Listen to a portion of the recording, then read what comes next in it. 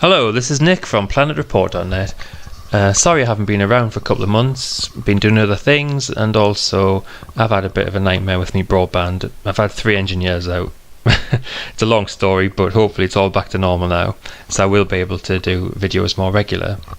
Well, as I speak at the moment, Florida has been hit by Hurricane Irma, and we've all seen the devastation on the news of the Caribbean islands, such as the British Virgin Islands, Barbuda and other places, and the damage is absolutely catastrophic.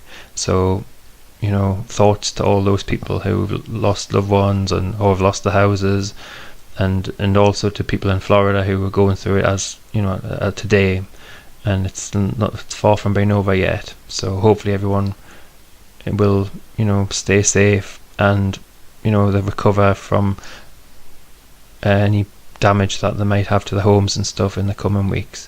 But the scale that hurricanes are measured by is something that obviously people who don't live in hurricane areas will not be that familiar with, but it's actually quite interesting as to how it came about. And the scale is called the Saffir Simpson scale, and it came about in the early 1970s by 2 men called Herbert Saffir, who was a civil engineer specialising in low-cost housing in hurricane areas, so he knew all about structures and things. And Robert Simpson was at the time director for the National Hurricane Center in the USA, and they came up with an idea of categorising the strength of a hurricane. And initially I think it included the storm surges and things like that, but since 2010 they've simplified it just to totally focus on the wind for a number of different reasons. And this is the scale. It goes from a 1 to a 5, and a category 1 hurricane has sustained winds of 74 to 95 miles per hour. That is 119 to 153 kilometers per hour. Very dangerous winds will produce some damage. Well-constructed frame homes could have damage to roof shingles, vinyl siding and gutters. Large branches of trees will snap and shallowly rooted trees may be toppled. Extensive damage to power lines and poles likely will result in power outages that could last a few to several days. Category 2 hurricane is 96 to 110 miles per hour winds, which is 154 to 177 kilometers per hour. Extremely dangerous winds will cause extensive damage. Well-constructed frame homes could sustain major roof and siding damage. Many shallowly rooted trees will be snapped or uprooted and block numerous roads. Near total power loss is expected, with outages that could last from several days to weeks.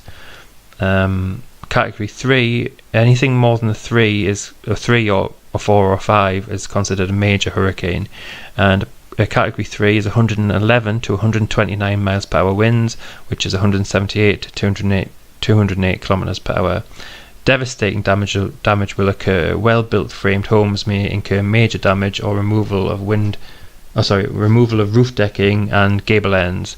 Many trees will be snapped or uprooted, blocking numerous roads. Electricity and water will be unavailable for several days to weeks after the storm passes.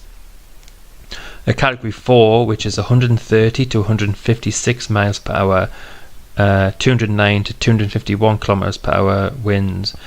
Catastrophic damage will occur. Well-built frame homes can sustain severe damage with loss of most of the roof structure and or some exterior walls.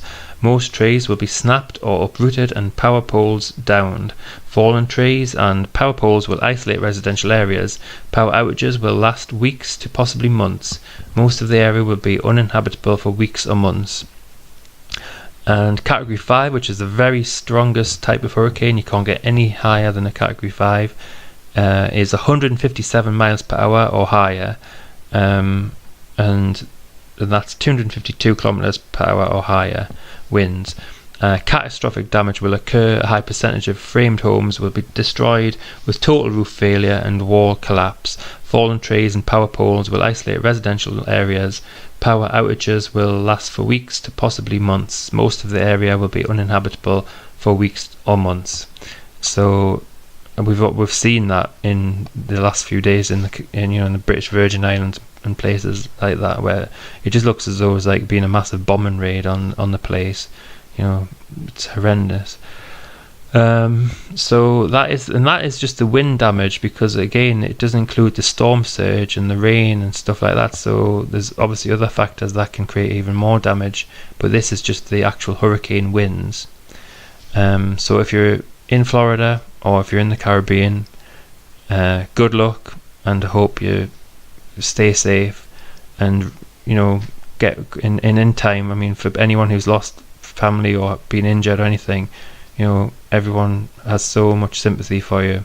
But people who have lost their homes or have had damaged cars or anything like that, hopefully you'll all be strong and you'll recover and life will continue. But in the meantime, thanks for listening and goodbye.